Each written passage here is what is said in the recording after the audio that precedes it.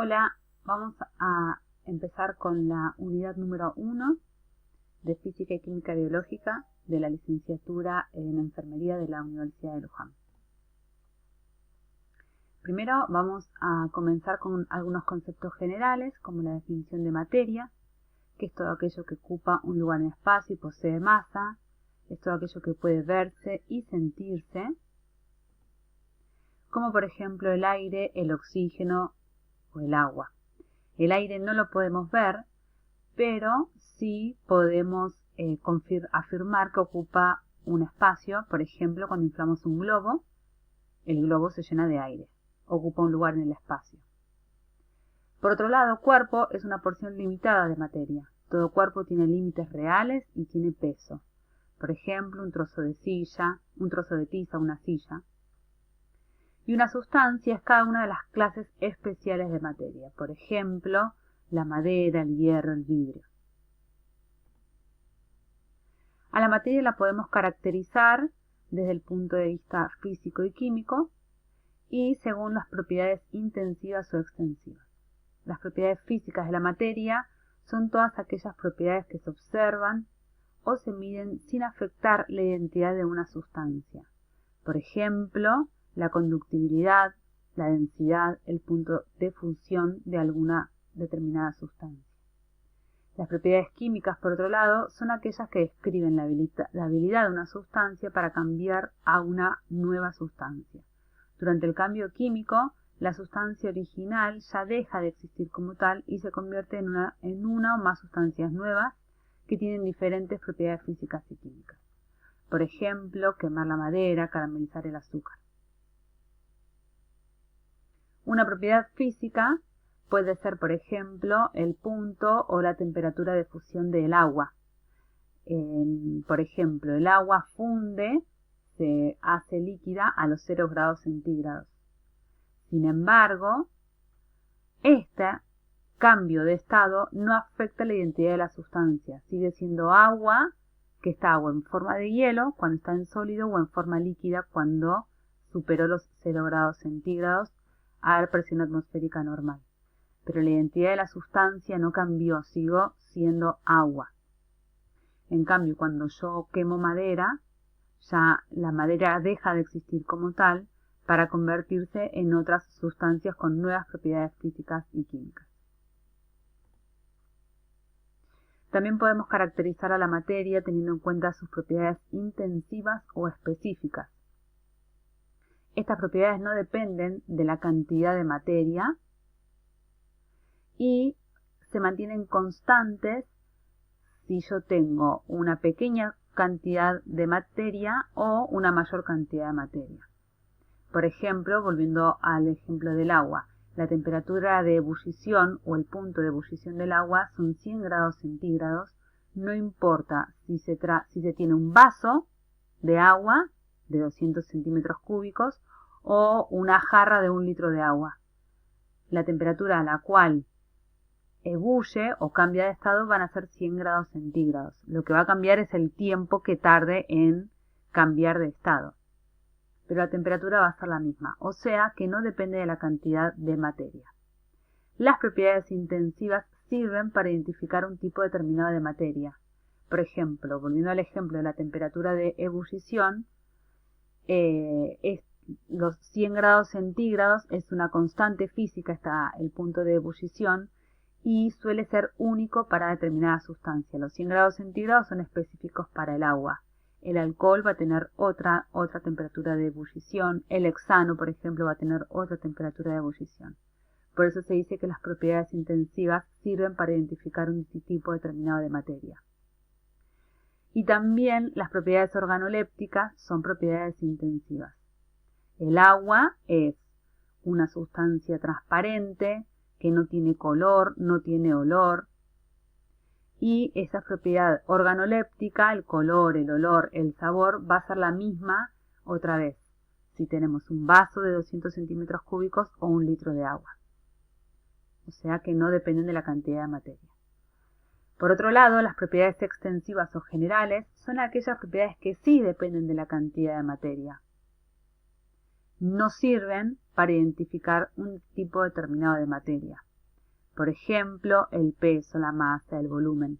En el ejemplo que veíamos recién, una cosa es tener 200 centímetros cúbicos de agua y otra cosa es tener 1 litro de agua. O sea que el volumen sí depende de la cantidad de materia. Como ejemplo de propiedades organolépticas dentro de las propiedades intensivas, sabor, color, la sensación al tacto. Constantes físicas, el punto o temperatura de ebullición, la densidad, es propio de cada sustancia. La materia que estuvimos caracterizando hasta recién está formada por elementos químicos. En particular, los seres vivos están constituidos cualitativa y cuantitativamente por los mismos elementos químicos. Los elementos químicos que forman la materia viva se denominan bioelementos. El prefijo bio hace referencia a vida. Entonces son elementos químicos que forman la materia viva. Se los clasifica según su abundancia en la materia viva. Los bioelementos primarios, carbono, hidrógeno, oxígeno y nitrógeno, son los más abundantes en los seres vivos. Representan aproximadamente un 99,3% del total de los átomos del cuerpo humano. Y dentro de estos, el hidrógeno y el oxígeno son los más abundantes porque forman parte del agua. Luego se encuentran los bioelementos secundarios, calcio, fósforo, potasio, azufre, sodio, cloro, magnesio y hierro. Son minerales que constituyen el 0,7% del total de los átomos del cuerpo humano, o sea que se encuentran en menor proporción. Y por último, los oligoelementos, manganeso, yodo, cobre, cobalto, zinc, flúor, molibdeno, selenio y otros, que se presentan solo en trazas o en cantidades realmente muy pequeñas. El prefijo oligo significa pocos. Pero esto no implica que sean menos importantes. La ausencia de estos oligoelementos determina enfermedades carenciales. Entonces, que se encuentren en pequeñas proporciones no significa que sean menos importantes. Simplemente que son útiles para los seres vivos en pequeñas cantidades o en trazas. Los elementos químicos lo que tienen en común es que están constituidos todos por el mismo tipo de átomo. Hay unas 106 clases de átomos distintos y cada uno responde a un elemento químico. Los elementos químicos se representan mediante símbolos químicos que son abreviaturas convencionales determinadas por la UPAC o la Unión Internacional de Química Pura y Aplicada. Cada elemento tiene un nombre y es propio y único. Se lo suele denominar por las iniciales de su nombre originario. Por ejemplo, la plata, el nombre originario es argentum y se indica con la A mayúscula y la G minúscula. El calcio es calx, su nombre originario, y se denomina con la C mayúscula y la A minúscula.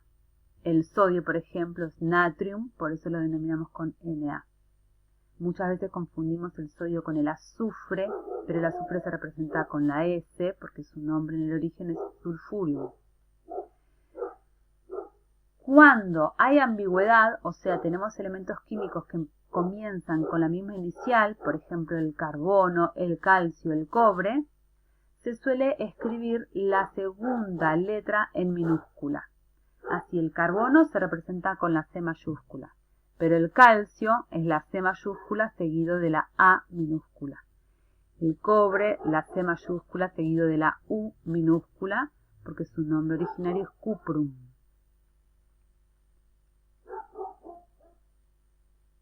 La estructura de los átomos la podemos ver en general según este modelo, que es el modelo de Bohr, donde tenemos una zona central que contiene protones y neutrones y una zona extranuclear donde podemos encontrar a los electrones. Este modelo es el modelo atómico de Bohr, pero actualmente existe un modelo atómico moderno en donde se confirma que los electrones no giran en órbitas circulares, sino que describen, además de las circulares, otras formas de órbitas. Un átomo es la menor porción de una sustancia pura, atómica, que puede reaccionar o combinarse con otro átomo para formar una molécula. Ejemplos de átomos que existen como tal: el helio, el neón, el aluminio. En cambio, una molécula es la porción más pequeña de una sustancia pura, simple o molecular, o sustancia pura compuesta que puede existir como tal. Por ejemplo, el agua, molécula que está formada por dos clases distintas de átomos, el hidrógeno y el oxígeno. El cloro gaseoso, que es el que se encuentra como gas, no existe el cloro solo individual en la naturaleza, sino unido a otro átomo de cloro. El dióxido de carbono, y así podemos encontrar un montón de moléculas. Como les mencioné anteriormente, el núcleo o la zona central está formado por protones, que lo representamos con la P minúscula y un superíndice más, porque son partículas con carga positivas, que tienen masa y, como les mencioné anteriormente, se encuentran en el núcleo del átomo. Los neutrones, que se designan con la N minúscula y el superíndice 0, porque, como su nombre lo indica, no poseen carga, son neutros y sí tienen masa, y se ubican junto con los protones en la zona central o zona nuclear. En la zona extranuclear se encuentran los electrones, que se denominan con la E minúscula y el superíndice menos porque tienen carga negativa.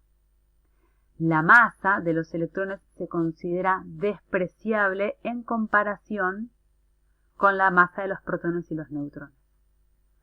Los electrones se los puede localizar alrededor del núcleo en niveles de energía. Los niveles de energía más cercanos al núcleo van a tener poca energía debido a que el núcleo los atrae fuertemente hacia él.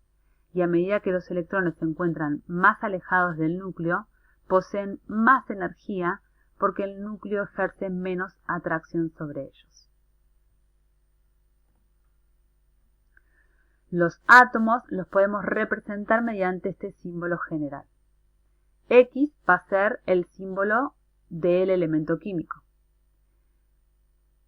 El superíndice A la izquierda se denomina número másico y el subíndice Z a la izquierda se denomina número atómico. Cada elemento químico se diferencia entre sí en la cantidad de protones que tienen los núcleos de sus átomos. ¿Y cómo se sabe cuántos protones tiene un átomo? Por el número atómico. El número atómico se define como la cantidad de protones que tiene un átomo en su núcleo y se representa con la letra Z. Como les mencioné recién, cada átomo tiene un determinado número de protones y ese número lo identifica y es propio de él. O sea que cada elemento químico se lo puede diferenciar mediante Z o su número atómico. Cuando los átomos son eléctricamente neutros, o sea que no poseen carga, podemos decir que la cantidad de protones es igual a la cantidad de electrones. El número másico, por otro lado, se define como la suma de los protones y los neutrones que hay en el núcleo del átomo. O sea que el número másico son los protones, que es Z, más los neutrones. Así, si representamos, por ejemplo, el sodio, vemos que el subíndice Z es 11, lo que significa que el átomo de sodio neutro, que no tiene carga, tiene 11 protones y 11 electrones. Cuando el número másico es 23, ¿cómo se puede calcular la cantidad de neutrones? Bueno, al número másico 23 se le resta el número atómico 11, que son la cantidad de protones, y así se obtiene la cantidad de neutrones que tiene el átomo de sodio. Les dejo para que piensen. Si el cloro tiene en su núcleo 17 protones y 18 neutrones, ¿cuál será su número másico? Vamos ahora a estudiar cuando la cantidad de alguna de las partículas subatómicas es diferente. Por ejemplo, cuando hablamos de isótopos. Los isótopos son átomos del mismo elemento químico que tienen el mismo número atómico, pero tienen diferente número másico por poseer diferente cantidad de neutrones. Para diferenciar a los isótopos entre sí, se coloca el número másico como superíndice a la izquierda del símbolo químico. Por ejemplo, todos los átomos del elemento magnesio tienen 12 protones. Pero algunos magnesios que existen en la naturaleza tienen 12, 13 o incluso 14 neutrones en los núcleos. Estas diferencias en la cantidad de neutrones hacen que las masas sean diferentes, porque recuerden que el número másico era la suma de protones y neutrones.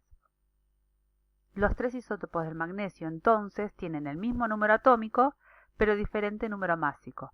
Se los representa como magnesio 24, porque cuando tiene 12 protones y 12 neutrones, magnesio 25 cuando tiene 13 neutrones o magnesio 26 cuando tiene 14 neutrones. Cuando lo que cambia es la cantidad de electrones, estamos en presencia de iones. Recordemos lo que mencionamos al principio de esta presentación. Un átomo es eléctricamente neutro cuando tiene la misma cantidad de protones que de electrones. Ahora, cuando este átomo gana electrones, se puede transformar en un anión. Un anión es un átomo con carga negativa porque ganó electrones, o sea que la cantidad de protones es menor a la cantidad de electrones. Tiene un exceso de carga negativa, por eso se lo representa con un superíndice a la derecha, negativo, indicando la cantidad de electrones que ganó el electrón. Eso significa el menos Q, es menos la carga eléctrica. Por otro lado, un átomo neutro puede transformarse en catión, o sea, un átomo con carga positiva porque perdió electrones. En este caso, la cantidad de protones va a ser mayor que la cantidad de electrones. O sea que tiene un defecto de electrones y se lo representa el símbolo químico con un superíndice más Q a la derecha. O sea que cuando gana electrones se pone un signo negativo indicando la cantidad de electrones que ganó, y cuando pierde electrones se pone el signo positivo indicando la cantidad de electrones que perdió. Recordemos que la cantidad de protones nunca cambia porque es propia de cada elemento químico. Vamos a hacer un ejercicio de repaso. Cuando estamos en presencia del isótopo 12 del carbono, que es el que encontramos en la tabla periódica, lo representamos de esta manera: Z igual 6, que es el número atómico del carbono, lo pueden chequear con sus tablas periódicas, y A igual 12, que es el número másico del carbono mayoritario que encontramos en la tabla periódica. Entonces, recordando que el número atómico representa la cantidad de protones, podemos decir que este átomo de carbono tiene 6 protones, 6 electrones porque está neutro, no tiene ninguna carga arriba a la derecha, y 6 neutrones porque lo podemos calcular haciendo la resta del número másico menos el número atómico. 12 menos 6, 6. El isótopo 13 del carbono, que existe también en la naturaleza, como tiene el mismo número atómico, 6, vamos a decir que tiene 6 protones. Como no tiene carga, la cantidad de electrones es la misma, pero lo que cambia es la cantidad de neutrones. Número másico, 13, menos número atómico, 6, me indica la cantidad de neutrones, 7. Por último, el carbono 14, que es otro isótopo del carbono, muy utilizado para datar la edad de los fósiles, va a tener 6 protones, porque el número atómico sigue siendo 6, porque se sigue tratando del mismo elemento químico. Está neutro, no tiene cargas, así que tiene 6 electrones, y la cantidad de neutrones la calculamos haciendo número másico, 14, menos número atómico, 6. Para practicar un poco cómo es la estructura atómica de los iones. En este primer caso tenemos el átomo de sodio que está neutro, no tiene ninguna carga arriba, Y otra vez, el número atómico lo obtenemos en la tabla periódica, es 11, y el número másico también en la tabla periódica, 23. Entonces, con estos datos podemos decir que el sodio tiene 11 protones, indicado por el número atómico. Como está neutro y no tiene ninguna carga aquí arriba, la cantidad de electrones es la misma.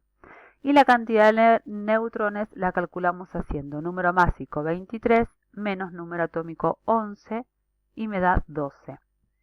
Este es un átomo porque está neutro.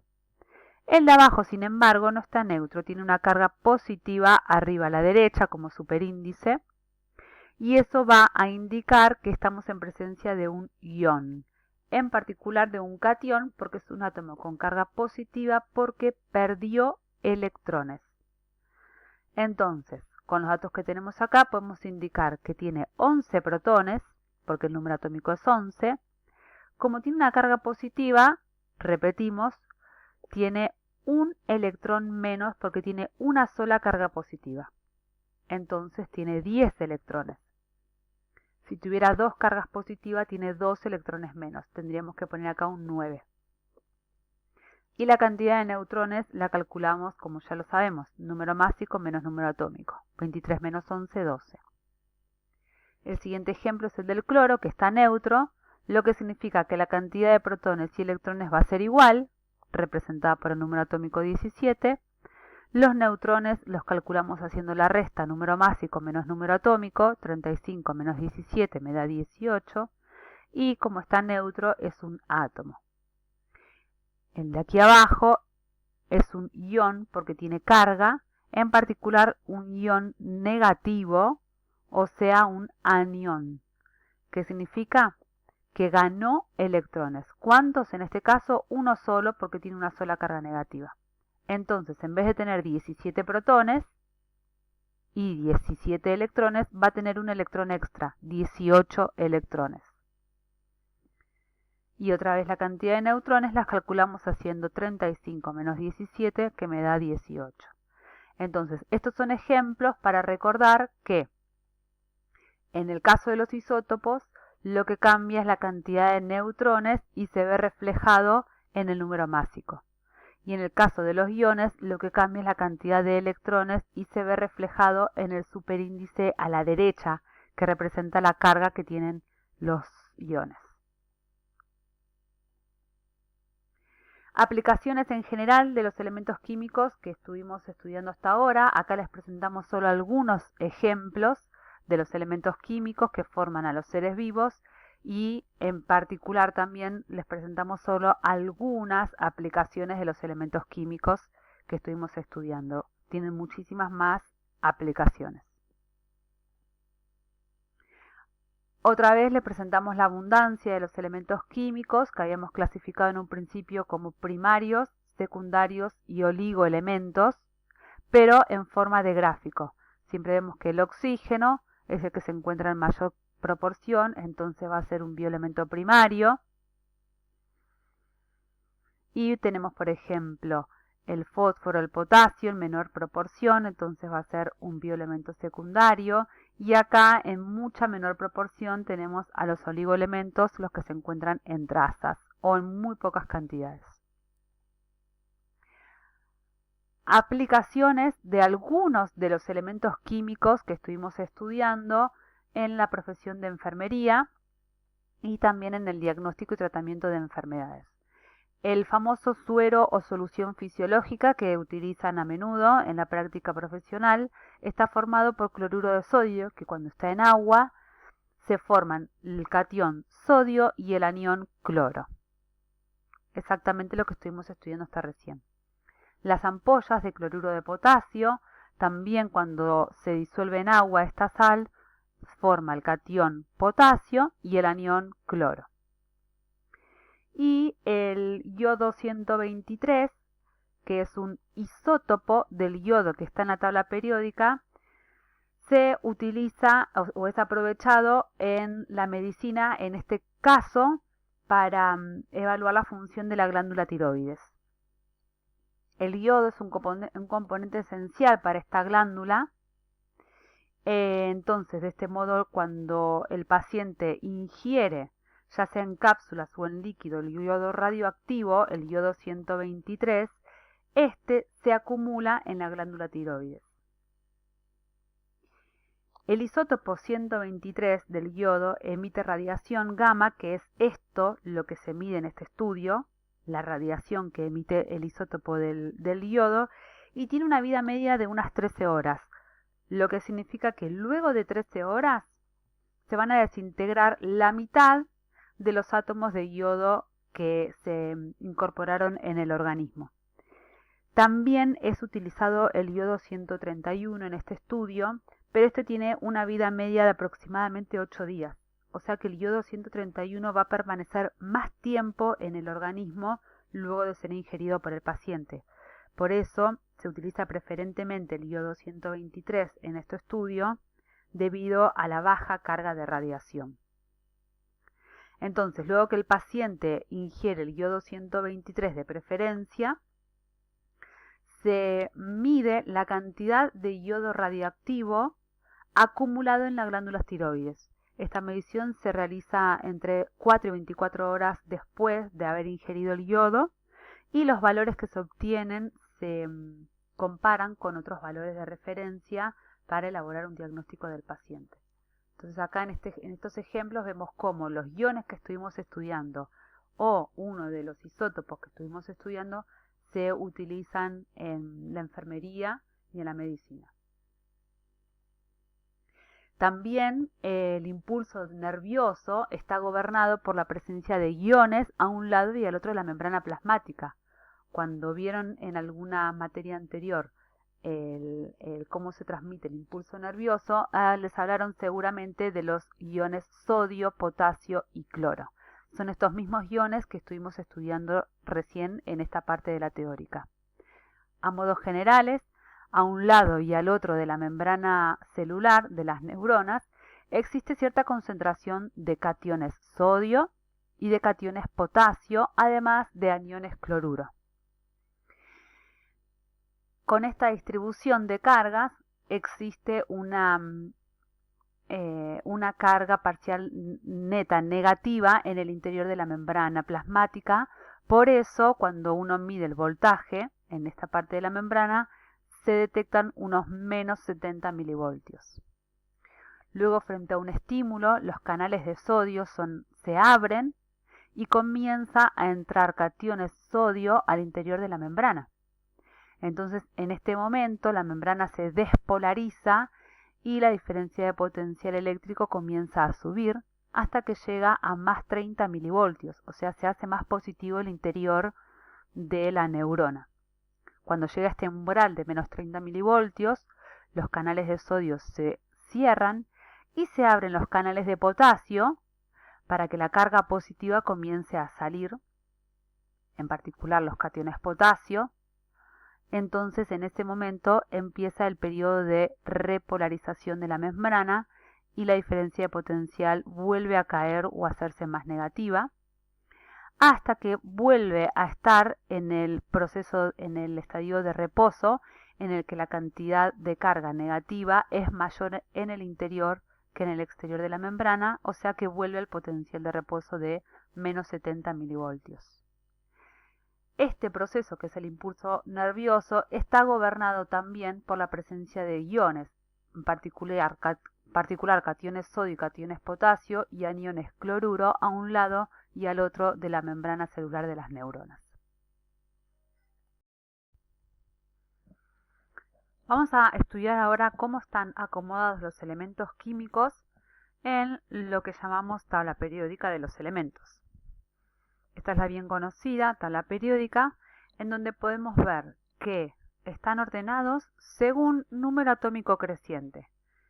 El hidrógeno es el elemento químico número 1, el helio el número 2, el litio el 3, berilio el 4, boro el 5 y así con todos los elementos químicos. En el momento en el que se diseñó la tabla periódica, muchos de los elementos químicos que hoy día existen no se habían descubierto. Entonces hay una zona particular de la tabla periódica en donde se acumulan, en este caso, todos los elementos químicos cuyo número atómico va del 57 al 71 y del 89 al 103 y los vemos por aquí abajo. pueden notar que en la tabla periódica en esta parte termina con el bario, el elemento número 56, y continúa con el elemento número 72. Por ese motivo, porque fueron descubiertos o sintetizados por el hombre luego de que se diseñó la tabla periódica. Los elementos químicos están ordenados en periodos y grupos. Cada hilera horizontal en la tabla periódica la llamamos período y se enumera de manera creciente de arriba hacia abajo del 1 hasta el 7. Elementos del periodo 1, del periodo 2, periodo 3, 4, 5, 6 y 7. Por otro lado, cada columna en la tabla periódica se denomina grupo y contiene a una familia de elementos que tienen propiedades similares. Se enumeran de manera creciente de izquierda a derecha. Los elementos de las dos primeras columnas en la izquierda y de las últimas 6 a la derecha constituyen los llamados elementos representativos y se los designan con la letra A. Elementos del grupo 1A, 2A, 3A, 4A, 5A, 6A, 7A y 8A. En el centro hay un bloque de elementos químicos conocidos como elementos de transición y se los denomina con la letra B. 3B, 4B, 5B, 6, 7, todos estos del 8, 1B, 2B. Muchos grupos en la tabla periódica reciben nombres especiales. Por ejemplo, los elementos del grupo 1 o 1A son los llamados metales alcalinos, litio, sodio, potasio. Los del grupo 17 o 7A se los denomina halógenos, flúor, cloro, bromo, yodo. Y los del grupo 18 o U8A son los llamados gases nobles o inertes, helio, neón, argón, criptón, xenón, radón. Los elementos químicos en la tabla periódica también están ordenados según sean metales, no metales o metaloides. Los metales los encontramos del lado izquierdo de la tabla periódica. Fíjense que aquí no aparece el hidrógeno porque está ubicado aquí arriba, porque es el elemento número 1, pero actúa como un no metal. A la derecha tenemos los no metales, menos los de la última columna o grupo, que eran los gases nobles o inertes, y entre los metales y los no metales tenemos un grupo de elementos químicos que se denominan metaloides, porque presentan propiedades típicas tanto de los metales como de los no metales. Por ejemplo, son buenos conductores del calor y la electricidad comparados con los no metales, pero no son tan buenos conductores como los metales. Se los indicamos acá a los metaloides. Características de los metales, los no metales y de los gases nobles. Las clasificamos en propiedades físicas y propiedades químicas, y algunas son bastante intuitivas. Los metales son buenos conductores del calor y de la electricidad. Son todos sólidos a temperatura ambiente, menos el mercurio, que es líquido. Y los podemos encontrar como átomos, o sea, como sustancias puras. El sodio, el hierro, el aluminio. Tienden a formar cationes o iones positivos, o sea, tienden a perder electrones y se pueden combinar fácilmente con el oxígeno para formar óxidos básicos. Los no metales, por otro lado, son malos conductores del calor y la electricidad. Algunos son sólidos, otros son líquidos y otros son gaseosos. Se pueden encontrar como moléculas, o sea, combinación entre átomos, y hasta moléculas pueden ser el cloro, el nitrógeno, el oxígeno gaseoso, o poliatómicas como el azufre, el ozono. Pueden formar iones negativos, o sea, aniones, o sea que son átomos que tienden a ganar electrones. Y se combinan fácilmente con el oxígeno para formar óxidos ácidos. Por último, los gases nobles o inertes son malos conductores del calor y la electricidad, al igual que los no metales. Son todos gases a temperatura ambiente, como lo indica su nombre, y los encontramos como átomos, es decir, son una sustancia pura atómica. Helio, neón, argón, xenón, criptón y radón. no forman iones, como les mencioné anteriormente, también son denominados gases inertes. Algo inerte es algo muerto, algo que no reacciona con nada. Por eso no pueden formar iones, no ganan ni pierden electrones, están estables así como están en la naturaleza. Se caracterizan por la inactividad química, lo que les mencioné recién, no se combinan con otros átomos. Los elementos químicos en la tabla periódica, como están ordenados según número atómico creciente, tienen lo que se denominan propiedades periódicas, o sea, rasgos particulares de los átomos como resultado de la estructura y a la cantidad de protones que tienen en el núcleo. Las propiedades periódicas son importantes porque determinan el comportamiento de un átomo en su interacción con otros átomos u otras moléculas. Dentro de las propiedades periódicas más importantes que vamos a estudiar son el radio atómico, el potencial o energía de ionización y la electronegatividad.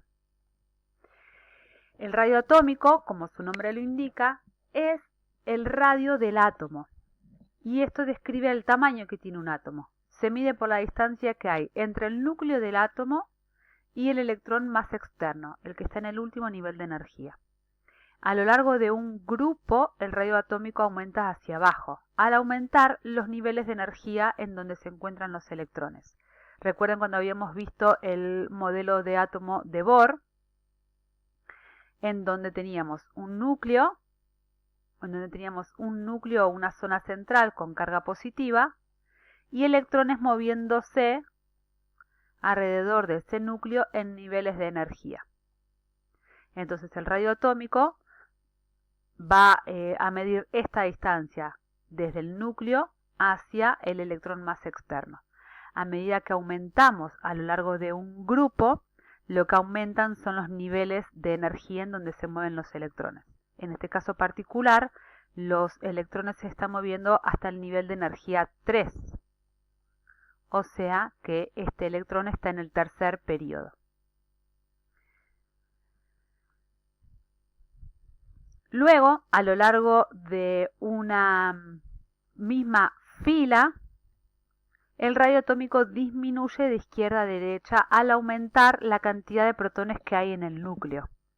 O sea que si tengo un átomo que está en el tercer periodo, o sea que tiene 3 niveles de energía en donde se mueven los electrones, y tiene mayor carga positiva, o sea, más protones en el núcleo, estos electrones que están acá se van a mover más cerca del núcleo. O sea que van a estar más cerca del núcleo. El núcleo, al tener mayor carga positiva, a estos electrones los va a atraer más hacia él y así el radio atómico va a disminuir. Bien. Continuando con las propiedades periódicas, podemos describir a la energía de ionización. ¿Qué es la energía de ionización? Es la energía necesaria para remover, para arrancar un electrón del último nivel de energía y convertirlo de este modo en un catión. A lo largo de un grupo, la energía de ionización disminuye hacia abajo. ¿Por qué? A medida que tenemos un átomo más grande, está más alejado del núcleo, entonces es más fácil arrancarlo de ese átomo. Sin embargo, hacia la derecha, la energía necesaria para arrancar un electrón aumenta. Es más difícil arrancar un electrón de un átomo más pequeño porque el núcleo está atrayendo más a estos electrones del último nivel de energía. O sea que cuanto más pequeño es un átomo, más energía se necesita para remover los electrones de este último nivel de energía. En consonancia con esto, vamos a describir la electronegatividad, que es la tendencia que tiene un átomo para atraer los electrones hacia él. A lo largo de un grupo de una columna, la electronegatividad disminuye hacia abajo, o sea que los átomos más grandes son menos electronegativos, o sea, tienen menos capacidad de atraer electrones hacia ellos. Y hacia la derecha, cuanto más pequeños son los átomos, la electronegatividad aumenta. O sea que cuanto más pequeños son los átomos, más electronegativos son, más capacidad de atraer electrones hacia ellos tienen. O sea que los metales van a ser los elementos menos electronegativos y los no metales de los primeros periodos van a ser los elementos más electronegativos. De hecho, la electronegatividad varía del 0 al 4 y el flúor que está aquí arriba es el átomo con más electronegatividad cuyo valor es 7. Este dato se puede encontrar en todas las tablas periódicas. ¿Qué pasa con las fuerzas eléctricas en los núcleos de los átomos? Ya todos saben que cargas opuestas se atraen, o sea que cargas iguales se repelen. Pero ¿qué es lo que pasa en el núcleo? Está lleno de protones, o sea de cargas positivas. ¿Y cómo puede ser que puedan existir en una zona tan pequeña partículas con la misma carga? Bueno, porque existe una fuerza nuclear de atracción. Esta fuerza nuclear es muy fuerte en distancias muy cortas, en distancias muy pequeñas. Pero ¿qué pasa cuando tenemos átomos grandes? Átomos que tienen un número atómico muy grande, o sea que tienen muchos protones en el núcleo y este núcleo pasa a ser de mayor tamaño. Hay protones más alejados, entonces la fuerza nuclear de atracción disminuye y comienza a prevalecer la fuerza de repulsión. Esto hace que existan núcleos inestables. Estos núcleos inestables son los núcleos de los átomos radioactivos, que son átomos cuyos núcleos tienen más de 82 protones, núcleos grandes, y en los que la fuerza de atracción es pequeña. Entonces, como tienen poca fuerza de atracción para los protones, los núcleos se desintegran, son inestables y emiten lo que se denomina desintegración radioactiva. En la desintegración radioactiva se emiten partículas alfa, beta y gamma. Ahora pueden explicar ustedes por qué estos átomos son radioactivos. Uranio, torio, el yodo.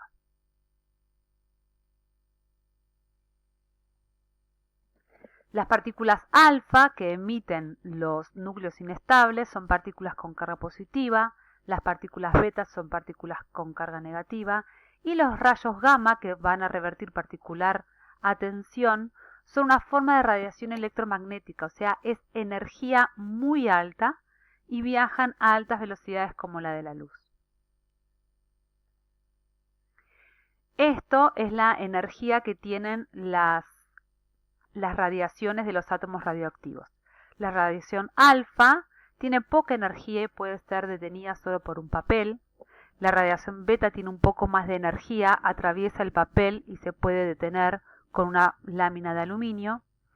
Los rayos X su fuente no son los átomos radioactivos, es otra la fuente de radiación, pero se las presentamos acá para comparar las energías que tienen. Los rayos X que son utilizados para realizar las radiografías atraviesan el papel y las placas de aluminio y son detenidos con ya paredes de plomo. Y la radiación gamma, que sí la emiten estos átomos radioactivos con núcleos grandes, atraviesan todas estas láminas de papel, aluminio y plomo y puede ser detenida solamente por gruesas paredes de hormigón.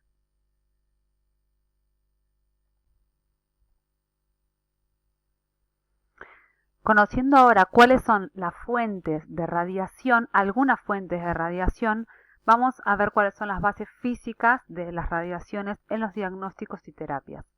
Solo algunos ejemplos. La radioterapia utiliza partículas u ondas de alta energía para eliminar o dañar las células cancerosas. Y acá tenemos el esquema de cómo funciona la radioterapia. El bisturí gamma es otra aplicación del tratamiento de enfermedad del cáncer que utiliza radiación gamma.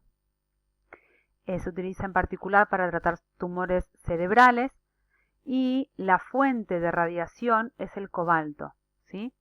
Se emiten rayos gamma con el cobalto radioactivo que apuntan directamente al target o a las células cancerosas que se encuentran en el cerebro. Otra aplicación de la radioterapia es la braquiterapia, en la cual se colocan semillas o cápsulas que contienen la fuente de radiación, pero estas son colocadas en el interior del cuerpo. No se emite la radiación como en el caso anterior, sino que se colocan las semillas o las cápsulas con un elemento radioactivo adentro del cuerpo cerca del tumor. Algunas fuentes de radiación que se utilizan son el cesio 137, el iridio 192. Como ejemplo, fíjense en la tabla periódica cuál es el número atómico del cesio y el número másico para ver si el que se está utilizando acá es un isótopo que está en la tabla periódica u otro que existe en la naturaleza, lo mismo para el iridio. Fíjense cuáles son los números másicos y los números atómicos de estos elementos químicos que se utilizan en la braquiterapia. Suelen utilizarse para tratar cáncer de cabeza, cuello, mama, cuello uterino, próstata y cáncer de ojo. Fíjense que en esta imagen se coloca, en este equipo se utiliza la imagen de peligro de radioactividad porque justamente es una sala donde se realiza esta terapia. Como esta terapia utiliza radiaciones, hay algunas consideraciones que hay que tener en cuenta. Dado que se coloca una fuente radiactiva dentro del cuerpo del paciente, esta fuente de radiación va a emitir radiación durante un tiempo determinado. El tiempo que se emite esta radiación tiene que ver con la cantidad y el tipo de isótopo que se incorporó en el organismo. Cada elemento químico tiene su propia vida media y eso va a determinar la cantidad de horas o días o años que va a estar existiendo y emitiendo radiación. Entonces, durante el tratamiento, el paciente tiene que cumplir con algunas medidas de seguridad. Deben estar aislados en una habitación privada en el hospital. El personal de la enfermería tiene que mantener distancia con el paciente, ya que emite radiación durante un tiempo determinado. El personal de enfermería le debe hablar desde la puerta, usar ropa protectora. Y las visitas al principio no son permitidas. Al ingresar deben avisar al personal de enfermería que está asistiendo al paciente porque las radiaciones que se emiten no se ven. Es energía y como tal no se ve. Pero sí se siente en las células del cuerpo humano. Entonces las visitas permanecen en la puerta, no pueden entrar y deben ser cortas, no más de 30 minutos diarios. Obviamente la entrada de mujeres embarazadas y niños menores de 1 año no está permitido. Y cuando regresa a la casa, el paciente también debe evitar pasar mucho tiempo con otras personas y el médico o personal de enfermería indicará medidas específicas de seguridad para seguir en su casa.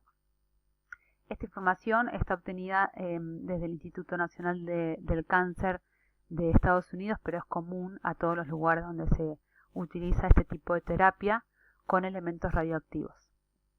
Vimos hasta acá todas las aplicaciones de iones e isótopos en la salud, en la enfermería para tratar enfermedades o realizar diagnósticos de la misma.